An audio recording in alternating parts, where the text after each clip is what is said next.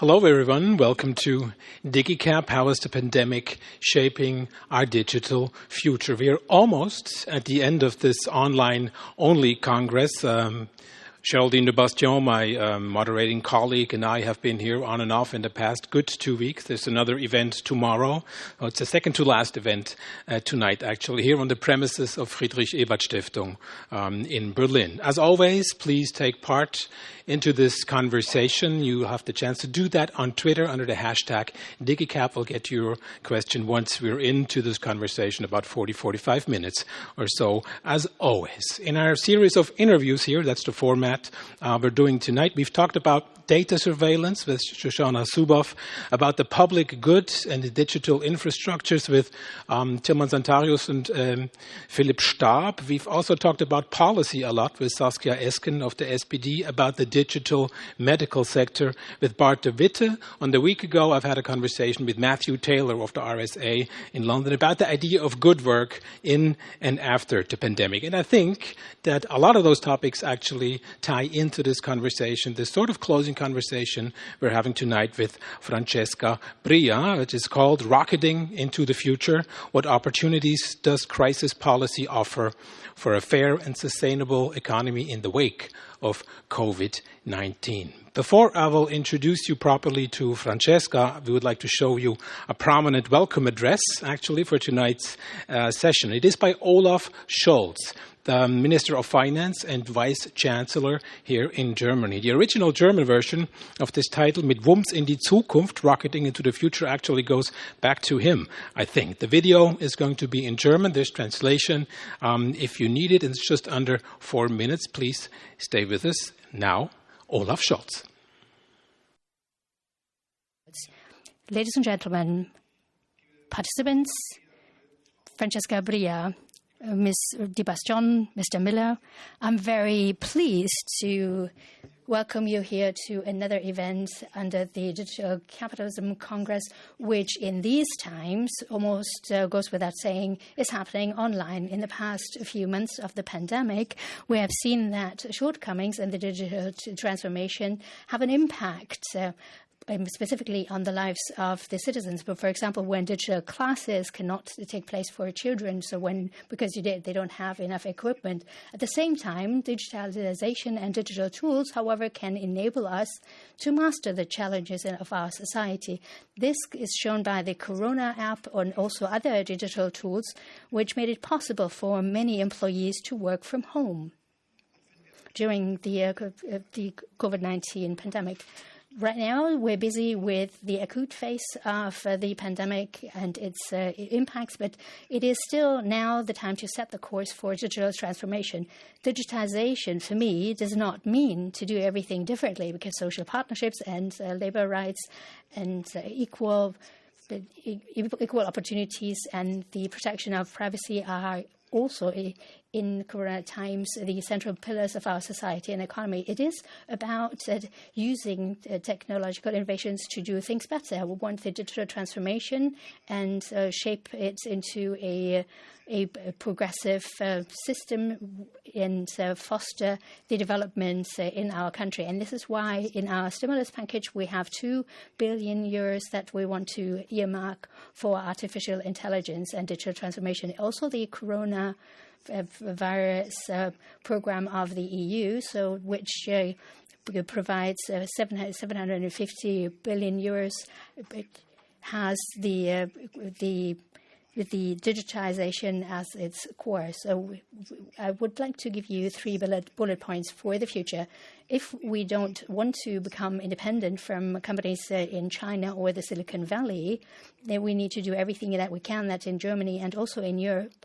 Bigger and also smaller companies are at top quality level, and this is why we need industrial policy initiatives in Germany and in Europe, and promote the development of high-tech companies and take a more active role in setting standards. Secondly, we need to interfere when digital companies they want to exploit their dominating positions, or when we see monopolization happening on digital platforms. Only only if we have strict and clear rules in a datafied economy we can guarantee fair competition.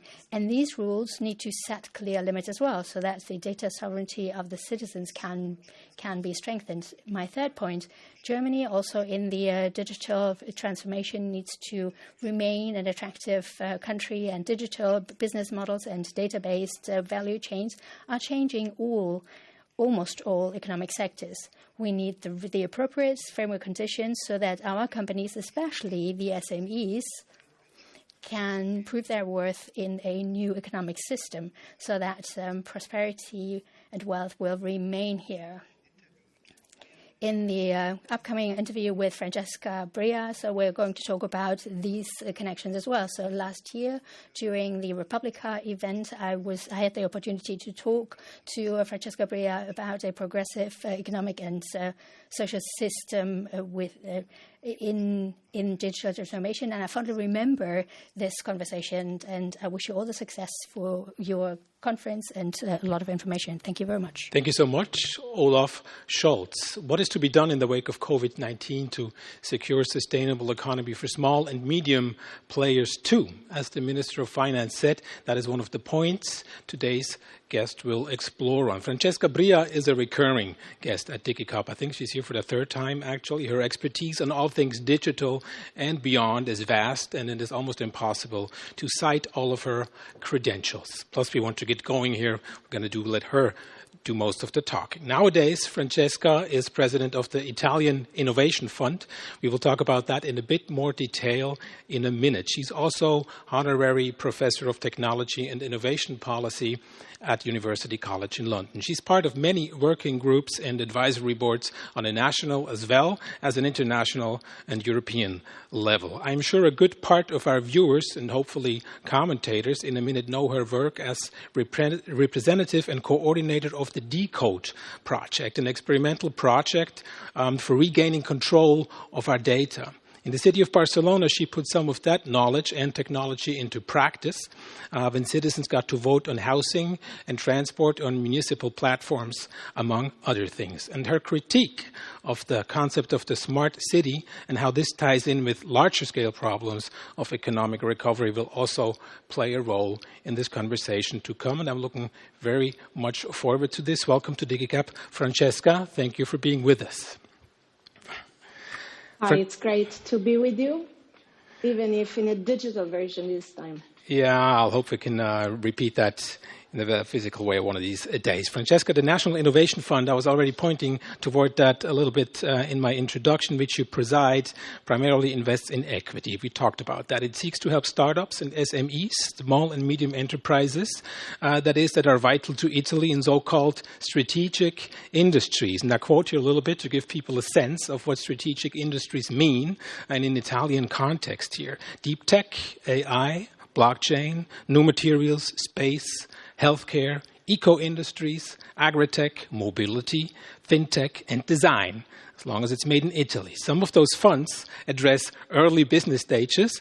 Other funds actually address the Mezzogiorno, the southern part of Italy. Yet another fund actually addresses more the mature phases of startup. I think it's called the late stage fund.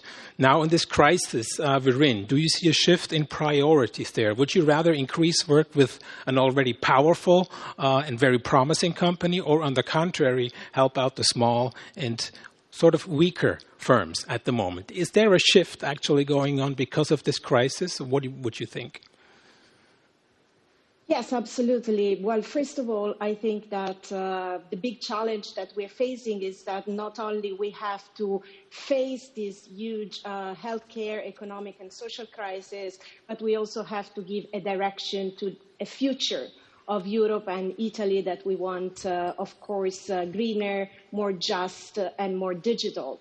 And so we have to put forward systemic and radical initiatives, because we cannot do anymore We cannot keep the status quo. We have to change. We have to look into the future and what we want to do different. And I think the Italian Innovation Fund in the Italian context is a new systemic initiative. It's a public and private venture capital fund to really boost the innovation ecosystem in a new way, because not only we invest in startups and scale-ups, but we also invest in the entire industrial ecosystem of Italy. So we strengthen the link between science and industry, which you do very well in Germany, but that is the engine of innovation. We work with universities, with research centers. We are boosting 20 next generation accelerators and technology transfer hubs. And also, I think for your question of we should invest in the small companies or the big companies, I think we definitely want to leverage the big industries, Italian industries in key strategic sectors that they are mostly public but also private, to invest in the innovation that are coming out of our startups and our research centers. And maybe this can be the new exit for Italian startups, so that these big companies can then really scale the innovation into the market, but also direct it to what Italy really needs. And you made the example of making sure that this innovation, it's not creating new divides. And one of these divides is a territorial divide between north and south. And that's why we're investing a lot in the south of Italy, which has a lot of potential and talent, in particular in the green transition, in the energy transition, lots of also in biotech. So we have a lot of talent, and we can, we have to basically show that innovation doesn't create new inequalities, but it can be really put at the service of people, at the service of the ecological transition, and also bridge the divide, which are digital divide, but also social and economic and territorial divides. So I think this is a big challenge. Thank you so much for that. I'd like to stay actually a little bit to talk just one more question about the divide between the north and the south, just to get a more concrete picture of what's going on in Italy at the moment. You know, we get some news, but we don't get all of the news. So northern Italy, of course, being one of the economic strongholds of the Italian country, has been hit much harder, at least in spring, by COVID-19, right? Especially in spring. Will this help the traditionally weaker regions, actually, in the south, in Sicily, somewhat to get better through this crisis? Is this actually something they benefit from now economically, or would this be too soon to call? No, I think we want to have social cohesion. I think if the south of Italy is strong, also the north of Italy is strong, and vice versa. So at the moment, I think also the COVID crisis is spread out in a kind of even situation. I mean, we're actually adopting a strategy in Italy that it's more, let's say, targeted to closing specific zones. We have all this risk level analysis. So some zones are red and people cannot move. We have restrictions according to the level of the spreading of the virus. So it's a bit more granular, the way we are locking down, also not to affect the economy so much. But I think, we need a strong economy overall. So actually we have a new ministry, is the Ministry of the South and Social Cohesion. We do a lot of work also with the Innovation Fund with them. But the idea is really that the south of Italy can become a laboratory for ecological and democratic innovation, where we can have exactly, for example, lots of strength in the ecological and energy transition, also because we produce lots of renewable energy. We have aerospace facilities, which are excellent. Agri-tech, of course, which is a big asset for Italy. So we have a lot of capacity there. So we're trying to really link a better north and south, but also big cities with internal and rural areas, what we call the internal spine of Italy, which of course moves through the Apennine into the north. And I think now also because of the COVID, we see that due to connectivity, which is spread throughout Italy, many people are not living in the city anymore, but moving a bit out of the city. And we are rethinking, let's say, a smart city strategy that's more decentralized. So we connect the real countryside with the metropolitan areas in a totally new way. And I think, obviously, also coming back to your question before, I think one big shift that we're seeing now is that with the crisis, digitalization has increased a lot. So we understand today, also from a policy standpoint, that connectivity and data are critical infrastructures on top of which essential services depend upon, like healthcare, like education, like labor. So they are essential facilities of our time. And this is good because it helps us to put a lot of emphasis in accelerating this digital transition. But at the same time, we are realizing how much we are dependent on foreign provision of platforms that are not owned by any European company, but they are in the hands of US or Chinese players, for example. And we see an extreme concentration of power in the digital space. So this is also why I think initiatives like the Italian Innovation Fund, which also, can be in synergy with national promotion institutions in Europe, with our development banks. For instance, in Germany, you have KfW, in France, BPI, in Italy, we have CDP. These institutions now are working together to boost also more funding and more financing to grow a robust innovation ecosystem in Europe, which is a response to this concentration of power, but also that says that Europe wants to get back in the game. Like, we need to build a solid and resilient digital industry. So building software, building hardware, building platforms, and of course, managing data flows and AI in order to provide the essential services of the future. And in order also to support this ambition that we have to become greener and to become more social cohesive, so more just as a continent. So I think that this is something that we have to take in consideration as well. I'm sure we are going to get a little bit deeper into questions of geopolitical strategies later in our conversation. That was a very promising start right there. But I'd like to ask you just a really quick question. It might be marginal, but I thought it really interesting that you said that a lot of people were actually leaving the city. Is it because they want to reconnect with their family who are on the countryside? Because I've seen that happening in Germany, actually. This is sort of a private observation now.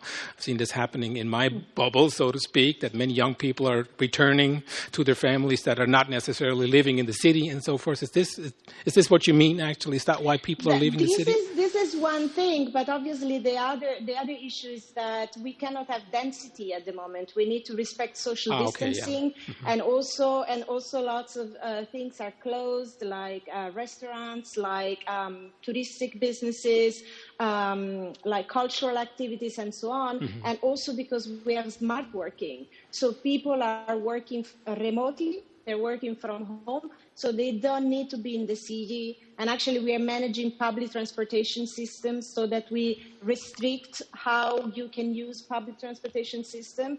And so that's why many people are moving away from the city centers, and they prefer sometimes to work from remote areas. And also, we have all these borghi in Italy, which are the medieval centers, places in the south, which are kind of paradise. Many people left to go to the main city centers. But this is an urban trend that we are observing for a long time. So I think this is also part of the ecological shift that I think we're going to be seeing, so guided by cities, but also that will involve not only smart cities, but also smart countrysides. So we're going to have to bridge the divide between the city and the internal areas and rural areas. We lost you there with the moving picture a little bit. The audio was fine. I could understand everything you said, Francesca, but the picture is kind of slow and it's still going.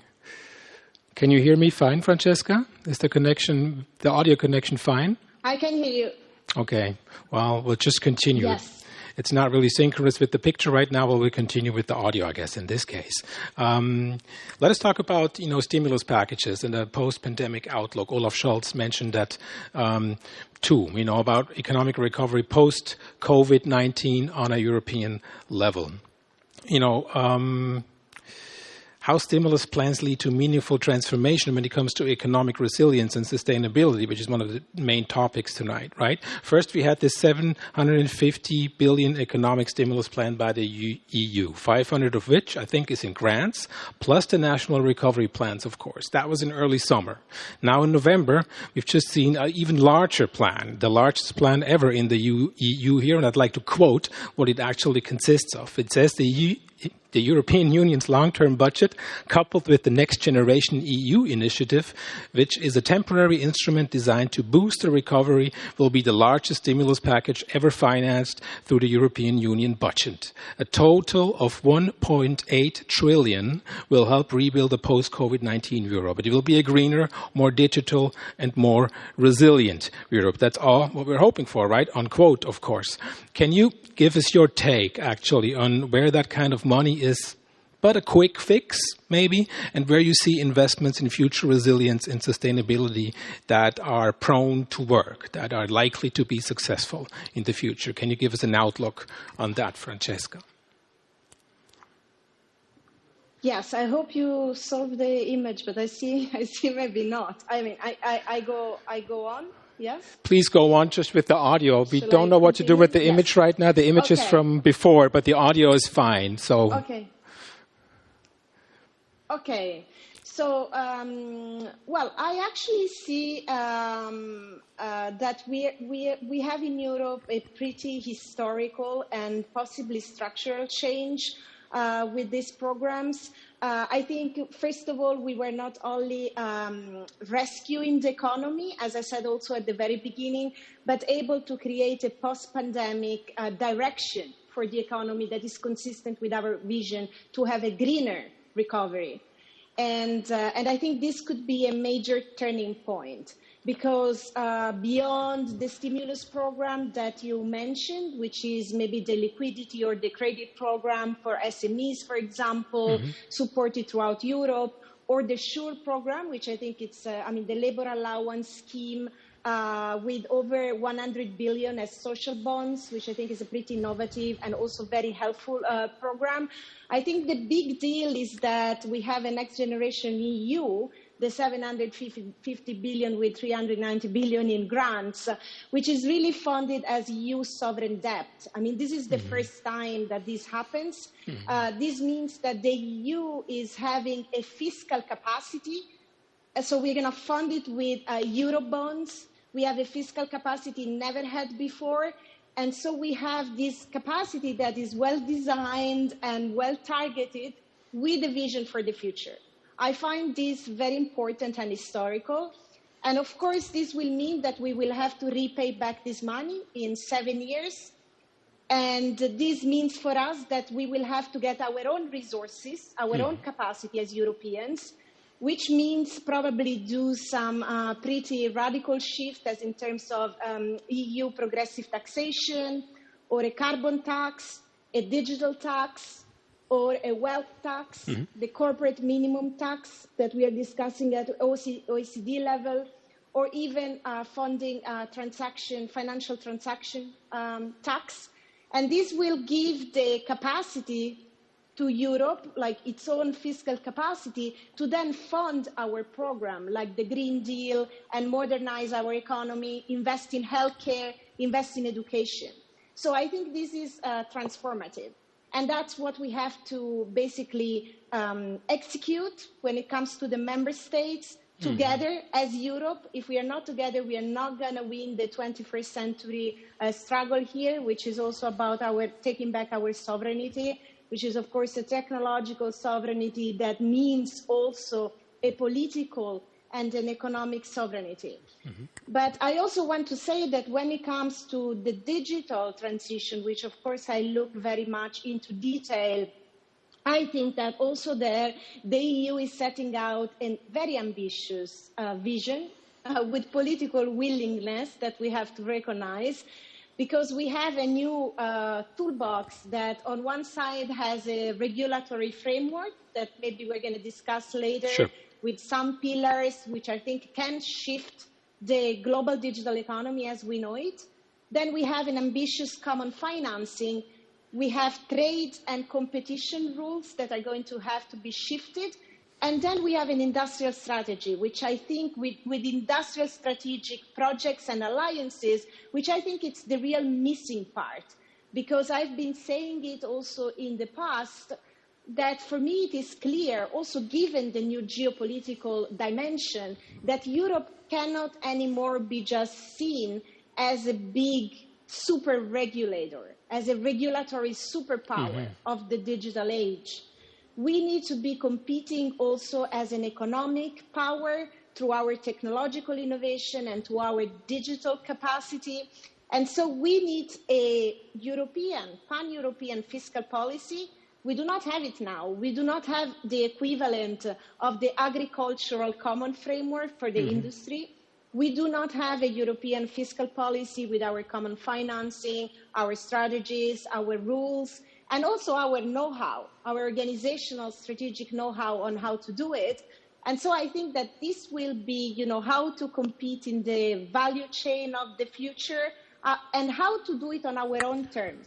So how to put forward, let's say, a European digital sovereignty vision, which is a digital humanism that put, human rights and the rule of law and citizen participation, workers' rights and environmental standards at the very center, and how to do it in a competitive way so that we can keep our national sovereignty, but also our data ethics and our capacity to have our own principle and values.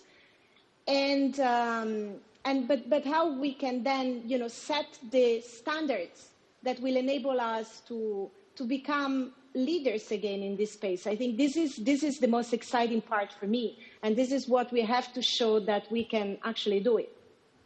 Oh, I see. The picture is actually ahead of the audio, so the audio is behind the picture. That's something to get used to. But this is a digital experiment. Yeah. Oh, wow. Usually it's the other way around. But okay, let me just stick with one quick question to the fiscal stimulus. You are addressing, fiscal policies in a pan-European level, right? My impression is that many economic recovery plans actually focus on protecting jobs. Work first, simply said, right? And what this often leads to is bailing out companies without conditions on some levels, so to speak. So environmental and social conditions are often left out when that happens. How to get these topics into policies of fiscal stimulus? What is your take there? What can policy writing achieve in this respect, actually, that those factors are not left out? No, I think this is key. I think we can't just bail companies out. It's part, actually, of giving a direction to the future economy, that you have conditionalities that are linked, for example, to decarbonization of industry and CO2 emissions cap. I think this is what President Macron is doing also with the automotive industry. I think we can have conditionalities linked to pay taxes in Europe, so that companies that put their money into tax havens cannot receive the bailouts. And we can also have conditionalities linked to minimum wage and worker standards. So I think that these conditionalities help us not only to bail them out, but to transform them. So to transform the business towards the more sustainable direction. So definitely this is the case. In my remark before, I was also referring to the strong need of having a new digital taxation system at a European level. When we talk about large companies that pay taxes, large digital platforms should pay taxes where they have users and where they make profits, and without resorting to tax havens. I think this is key. Because otherwise, we are not going to have our own resources that we can reinvest in healthcare, in education, in our cities, in mobility. So we need to transform this taxation system. Now we're working at the OECD level, but the Commission has expressed commitment that if it is not working at the OECD level, before Trump presidencies has really made it difficult to advance. But anyway, Europe should do it at the European level. And many countries are going to proceed with the digital levy anyways at the national level. So I think a European dimension is absolutely critical. Of course, together with taxation, as you probably know, I also, when it comes to regulation, in particular of digital monopolies, advocate for a strong antitrust policy shift.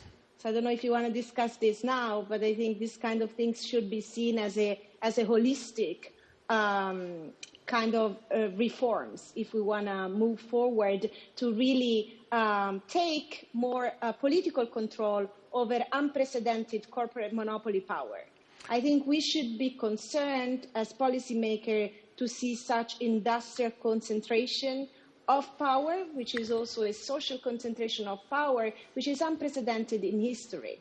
So we have to be able to have effective policy measures to show that we can take back some democratic governance over critical infrastructures of our economy and our society.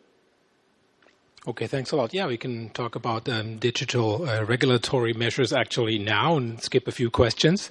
Now, exactly, when it comes to regulatory measures, there's something quite big in the European political pipeline, so to speak. We don't know that much about it yet. I think the first draft is going to be presented on December 2nd. I'm talking about the Digital Services Act on the European level, das Gesetz für digitale Dienste. So what we know about the draft of this act, which is going to be presented quite shortly, it is a quite radical policy, I think, in many respects, especially when we talk about interoperability, which is one of the key terms probably there. So platforms would not be able to use large data packages exclusively, for example. They would have to share some of their data with other smaller firms, maybe even as public good. We don't know. Its overall aim, though, is to strengthen what is called the single market, and not just the platform, setting up new rules for hegemonic platforms or gatekeepers. Is this a regulatory fight that can be won up against the platforms in Europe? What do you think? Well, I think we should mention again all the package, the regulatory package. I think it's quite ambitious. Today, the Commission has presented the first one, which is the Data Governance Act. That I think is very promising, also because it goes, of course, I've analyzed the draft. They have presented it this afternoon, so it will require a bit more work from our side to see, all the little details. But it seems a real shift also in the direction that my Decode project was suggesting, that is, on one side, to create a trade-off between protecting the sovereignty of data of citizens and giving them tools to control data, to control their own data, to citizens and to businesses, to preserve their fundamental rights and values when they use data, but at the same time to enable data sharing, so to unlock the public value of data and also public interest data. And also it mentioned things like data altruism, which I think is a very nice word because, as you said, it goes beyond this idea of only infinite markets. You can also create public value with data. You can improve public services. You can have better cities. You can do a lot of more things. So it has this data altruism. It talks about data trust and the fiduciary relationship. And it talks about data co-ops, which data cooperatives, that is something we also have been experimenting in Barcelona, that gives more autonomy, so information self-determination to people to decide what data they want to keep private, what data they want to share, with whom they want to share with data, and on what term, on democratic terms. So I think it's a very good first step. Then, as you mentioned, we are going to have the Digital Service Act. And I imagine this Digital Service Act being very much, as you said, about regulating gatekeepers and this big monopoly power that they have, and possibly introducing much more ex-ante regulation, which I think is needed because we are always late in fighting these antitrust cases. So we need to be fast. We need to move faster. And I think the data sharing mandates part, so these monopoly powers, as we know, the digital economy is based, their business model is based largely on the monetization and manipulation of personal information and data. And one of the big problems when we talk about antitrust, which has been defined as the antitrust paradox, is that these companies, the platforms, the big platforms, the gatekeepers, they own the infrastructure, but they also own the data and the platform on top, and also the algorithms, which are often not transparent how they're used. And so they can discriminate against rivals, for example, giving priorities to their own business, to their own products, or to their own network of providers. And this is, of course, one big antitrust case against Amazon at the moment in the EU, which is exactly on this. In a world where data is the new currency, price mechanisms is not sufficient enough to determine when there is an antitrust case. So it is very important to link privacy, data, and competition, because these things are not separable in digital platforms. And maybe we even have to have some cryptographic experts, some security and data experts in antitrust cases. On top of that, of course, we want to regulate how this data is shared. So if there is going to be a mandate for sharing data with rivals, we're going to have to see how to do it, because it's pretty complicated, but I think it's definitely possible to do that.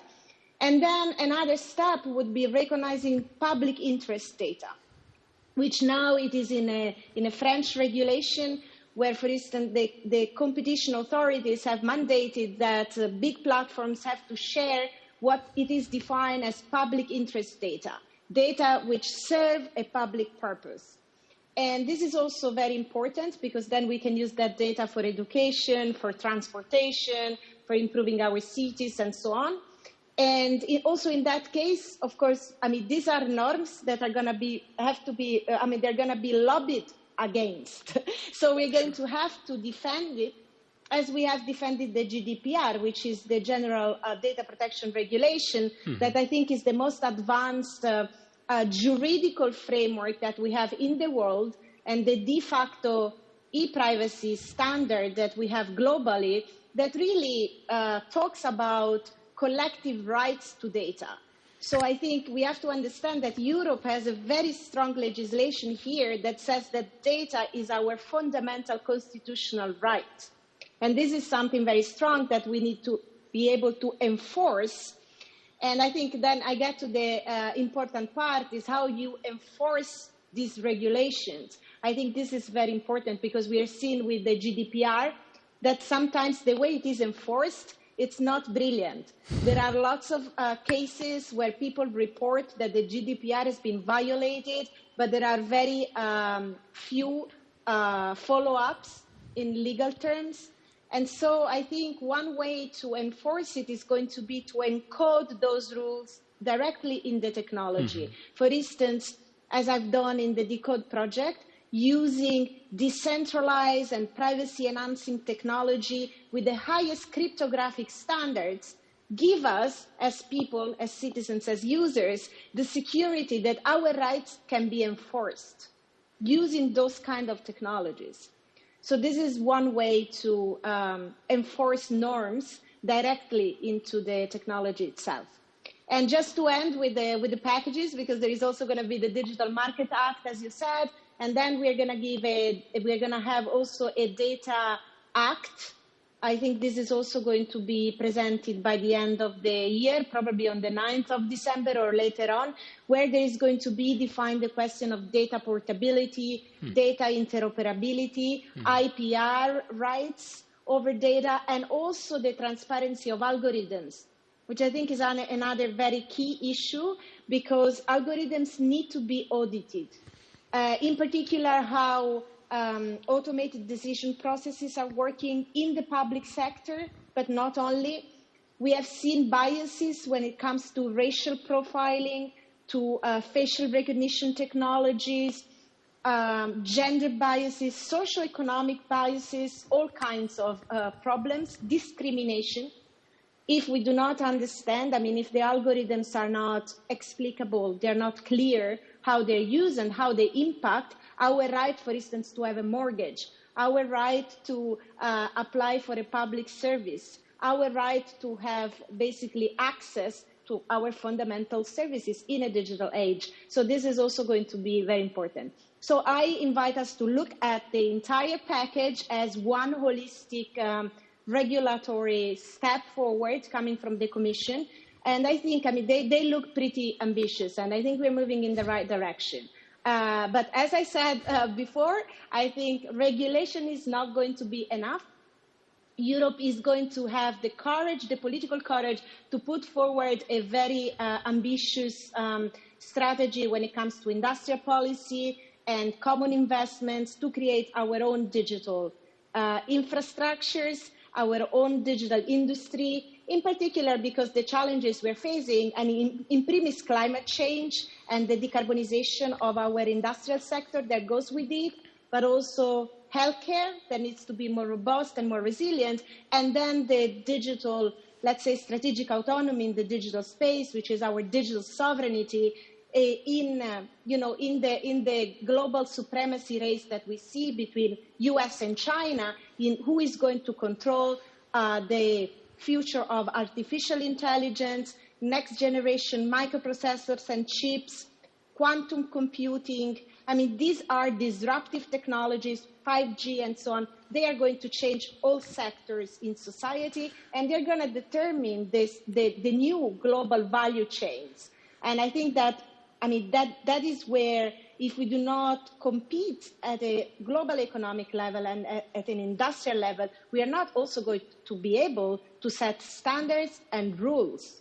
And so it's going to be a problem not only for our global competitiveness and national security and sustained, sustainable growth in the future, but also for our democracy. Because as I said before, some of those models strongly impact our fundamental basis of our society, the human rights, the rule of law, citizens' participation, and the basic standards that we have in a European society. So it has huge implications. A lot of the acts you were referring to now, Francesca, are really very ambitious, and they go much farther than the GDPR. I think in many cases they actually attack the core of the business models of a lot of the platforms. So it'll be really interesting how this is going to play out, if this is going to be a new hot or cold war. There's definitely a hot tech war going on between the superpowers on a geostrategic level that we might talk about now to get away a little bit from regulation. As you said, and this is, technological sort of sovereignty on a EU level. Between China and the USA, tech infrastructure plays a big role, and the dependency on Chinese 5G technology we've talked about so much in the last couple of years. On one hand, the dependency of big European companies on Amazon cloud services. You were mentioning Amazon before, right? This is really crucial digital infrastructure that is going to be implemented pretty soon. The race is on there. Tempo, speed are big factors right there, not just in the Digital Services Act. Gaia X now is a classic public-private partnership of the EU and large European companies. It's also a decentralized approach, actually, to cloud structure in order to make businesses less dependent on Amazon, most of all. So what's your assessment of Gaia X? Is this pointing in the right direction on an infrastructural level? Yes. So first, as you said, let me say that the global technology supremacy race between the US and China is creating, I think, or risks creating a global technology industry split that we're seeing, for example, in the case of 5G, but also in banning specific Chinese technology in the US, and in particular with the chips, next generation chips and microprocessors that are going to be very important for artificial intelligence and in the future edge performance computing, of course, high performance computing and quantum computing. And I think we are going to see an arms race maybe at the national level when it comes to artificial intelligence. So we are also seeing much stronger interventions of states into the economy to protect critical technologies such as biotech, such as quantum and artificial intelligence, for instance, controlling exports. And I think, and also banning, as I said before, or even sanctioning specific technologies. I mean, this is unprecedented, so it is a new geopolitical dimension. And I think on one side is, of course, for national security reasons, but also because we are seeing a very strong competition to capture the value of the current digital industrial revolution. And I think that we're going to see this decoupling between US and China moving away from only the strategic technology sector into a series of other activities in the economy and our sectors. I mean, like, batteries, electric batteries, like hydrogen, like many other things, when Europe has an ambition to complete also because of our goals of becoming climate neutral in 2050. So European leadership, let me say, it's absolutely critical. And I think if we don't want to become a colony between the big state of China on one side and the big tech model of the US and Silicon Valley on the other side, so a colony between those two, we're going to have to reclaim sovereignty over critical infrastructures. And so this includes, of course, the 5G, quantum computing, artificial intelligence, microprocessors, and so on. But it also involves cloud computing. So I think that, just to stress that there are multiple challenges in the technology stack, controlling data, processors, and connectivity will be key for us for the future. And I welcome this ambition of Europe to, obviously cloud computing at the moment is in the hands of a few players, which are the GAFAM on one side and the Chinese equivalent, the BAT, on the other side. I mean, we have these concentrated economies, 5 to 7 companies that own the digital economy at this point and also own the cloud computing. If you do not control cloud computing also, you cannot set the standards for data security, data interoperability, data portability, and data sovereignty that we want to achieve with all our regulatory package, right? So I think in this cloud and data space, it is very clear that if we do not couple the regulatory effort with the industrial strategy and taking back the control of the cloud, it's going to be very hard to enforce your policy. So I think that it is good to go in the direction of having a federated, open source, interoperable, and sovereign European cloud. This is the ambition of Gaia X. I know. I think if we achieve that, this means we want to achieve a global standard on data interoperability and data security, like we did with the GSMA in the telecommunications sector in the past. So it can be very strong and it can be successful. But I think we have to be careful that we really do that. And we also do that to open up an ecosystem for example, startups and players which develop open source hardware, open source software technology in Europe, which have the capacity to grow on top of this ecosystem, to use data and artificial intelligence to create new services, also startups and so on. So what I'm trying to say is that I hope we do not get captured, because I see that also we are having all the hyperscales entering Gaia X, US big players, the Asian big players entering the consortium that we created, which can be fine if we if we maintain this, objective of creating this open, interoperable, and sovereign cloud, which is based on European technology and European intellectual property rights that we fund through our research and innovation program. Because Europe is one of these continents which have this research and innovation program, like Horizon 2020, like Digital Europe now, like the Recovery Facility. We're going to put 140 billion euros into digital now. So we have an unprecedented financial investment, which is going to be leveraged by more financial instruments to do that. And so we have to be building on top of the technologies that we are having in Europe, and we have to be able to protect it as well. And that's the challenge that I see. You mentioned research and innovation as a key term here, R&I, as it is often referred to in public papers. One of the levels that can be implemented or trying to achieve in terms of more sovereignty, more digital sovereignty, is, of course, the city. And now it gets a little ambivalent, as probably people who know you know now, because in an essay you co-authored with Yevgeny Morozov in early 2018, I think, it was a critique of the smart city, or call for a smarter city, or for a really smart city, so to speak. This includes municipal ownership of data, energy, finances, mobility, medical, etc. The hardest thing, as you two pointed out in this paper, is to change these policy bottom up in the city, since, I quote now, the political and the economic models on which most of our cities function are not determined locally, but rather nationally and globally. Quote end.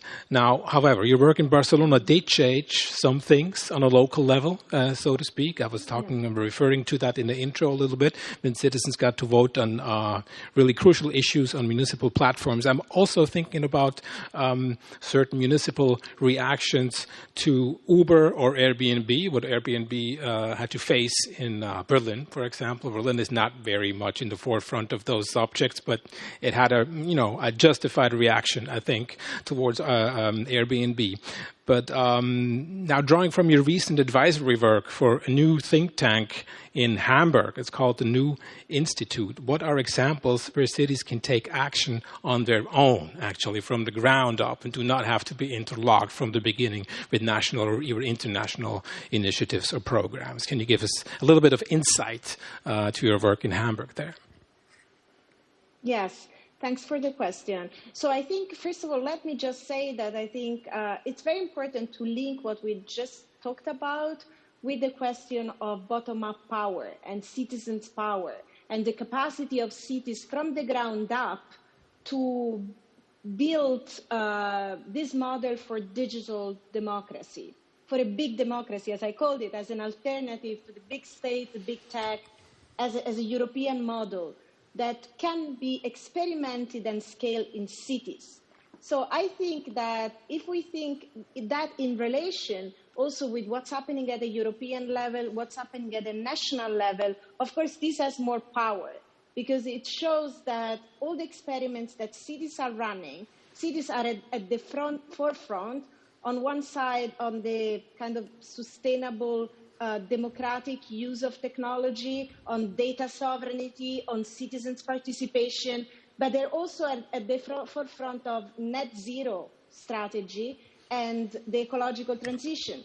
If you look at the most exciting examples in the world, but also in Europe now, on how to achieve decarbonization and how to transition to a net zero society, these are happening in cities, like taking away cars from the city centers, creating green spaces, giving back public spaces to citizens, tripling the number of bicycle lanes all around, electrifying mobility, moving towards a connected and sustainable mobility, fighting climate change with concrete measures. And all of these require smart infrastructure and data. And this data should be in a democratic control.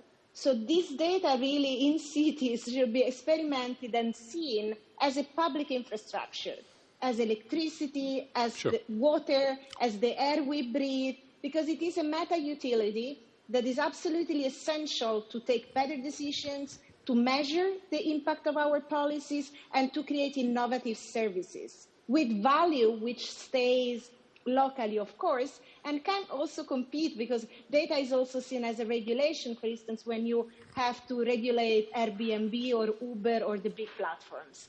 So I think that the big challenge there is, well, first of all, the critique to the smart city, very simply said, is that the smart city is not about building a top-down, tech-first city. It is not about getting Google or Huawei to come to your city and start selling you gadgets and technologies and telling you what to do. It is about people first, and it is about setting your policies, which are your priorities, involving citizens and giving them more power, for instance, on affordable housing, on sustainable mobility, on public health care, on fighting climate change, on citizens' participation. And only after it is about using this data connectivity and platforms governed in a democratic way to achieve those goals.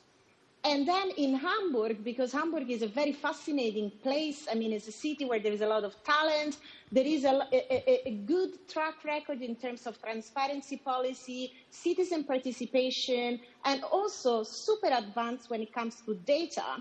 we are trying to experiment a model of democracy, data sovereignty, and net zero strategy, because I think this is what we want to bridge now, is to really put technology at the service of people, but also at the service of the ecological transition.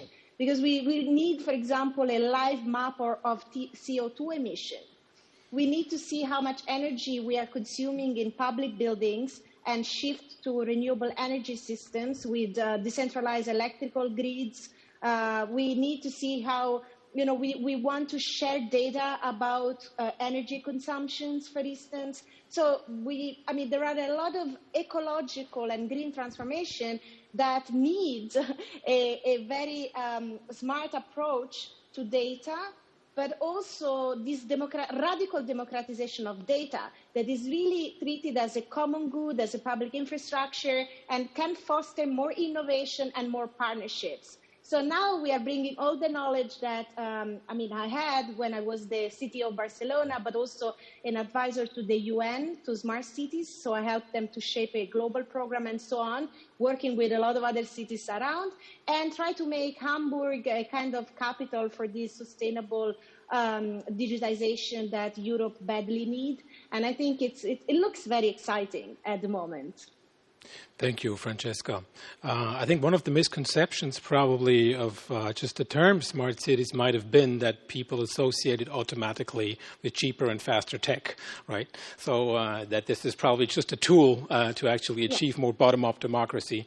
I think this misconception is slowly falling apart, actually. That's what it's about shaping the future. It's about shaping the future of the city. Yeah.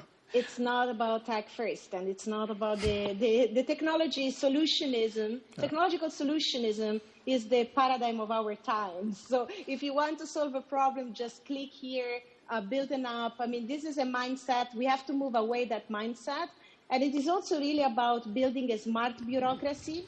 And this is something we should not underestimate, changing the culture, the mindset, creating digital capabilities about policy making in the public sector, and then work together with the private sector, the startups, the social cooperatives, workers, and so on, all the initiatives out there to make this a reality. And believe me, the green transition and the digital transition will happen in cities. So the standards and the power, the financing and the policy and the regulation should happen at the European level and at the national level, but the experimentation, the radical experimentation that we need to make this real, to transform our policies into real action and real projects that benefit citizens in their daily life, it's going to happen in cities. So we need a network of progressive cities that put people participation, digital democracy, and the ecological transition at the very core. Thank you, Francesca. We're already running out a little of time, but we can go on for a little bit. I have one question on Twitter and one closing question for you, actually. Matthias Kuhlmann on Twitter, he writes, Francesca, the European Union budget comprises just 1% of gross national income of member states. What about the rest of 99%? How to get the Green Deal for the rest, he writes. Yeah, well, I think that as I already answered to this in a sense, because I talk about the recovery facility. The recovery facility is the new fiscal capacity of Europe. So I think that what we need to do is to use that. It's a lot of investment. It's really massive. We have never seen all this investment, not only for the corona recovery, but also going into the future, which should be more just, more digital and greener, and get member states to execute those projects. I think this is a huge challenge, because this also, we have to face with 30 years of neoliberal policies that actually externalize capacity in the public sector, outsource a lot of capabilities, made us think that the state is not an innovator and doesn't have a role in innovating the economy. So I think we also have to shift that and create capacity, execute those projects, and transform Europe. And I also want to say something about we need to be innovative also organizationally, not only with financing, because the financing is one part, but to make it real, maybe we're going to need, I don't know, a pan-European data company, for instance, for the public interest. We're going to create new institutions and new organizations that help us to really achieve those goals. I think this is something where we need more imagination. Okay, thank you. Now, Francesca, we started out this conference 2 weeks ago, just shortly after the U.S.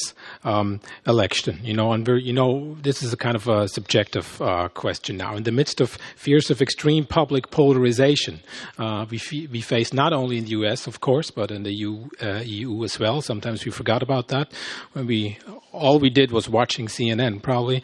But there seems to be now, on many of the subjects you've covered, to me, somehow of a new common ground when it comes to jobs, sustainability, green deals, digital sovereignty. There seems to be a lot of common ground, at least in some states of the EU. For example, what Ursula von der Leyen, conservative politician here in Germany, is trying to advocate on the European Commission in terms of platform policy we've talked about, even all those, Digital Services Act, may have come as a surprise to many just 5 years ago. If you told them Ursula von der Leyen is going to advocate exactly this, what you have discussed in your communities for so long, nobody would have believed you probably, right? Just a couple of years ago, maybe. Yeah. So this is actually progress. This is going somewhere, and it's hard to say on which side of the party lines this is actually unfolding at the moment. I think this is quite exciting about these processes we've talked about. So do you see that too, a somewhat unforeseen common goal across party lines in the EU, and where do you think this will actually end, this common ground? No, I see it, and I think I said it throughout my speech. I see an historical opportunity here, but I also think that we need to really now mobilize our energy, our capacity to create new alliances, for example, between the youth movement that is protesting against climate change and because government don't do enough to decarbonize the economy and to stop this climate emergency. The workers' condition, for instance, in platform economy, which is terrible, sometimes it's like slavery. We have to get, new working rights. We have to get a new deal, really, which is this green digital, but it's a new social contract for this society. So we need progressive political parties, we need progressive policy, we need social movements and cities. So we do need to forge these alliances that will make sure that this does not end. It is not just, this recovery phase and then we go back to normal, we go back to the status quo. We have to make this a sustained movement. We can only do it through a political action. So I think it's our duty to be practical and pragmatic because we want to deliver on these objectives. And I think now we do have the historical opportunity. So let's create capabilities. Let's make sure that it's just. So it is not about discriminating people. We said it at the very beginning, north-south divide, divide between cities, divide between workers and socioeconomic and ethnical divides and so on. But at the same time, let's build the political coalitions and political power that enable us to transform it into a sustainable shift. Thank you so much, Francesca Bria, for having been with us in the last hour. Hope to see you one of those times when the next Congress is in Berlin in person. I wish you all the best for the next half year or so. Thank you for being with us.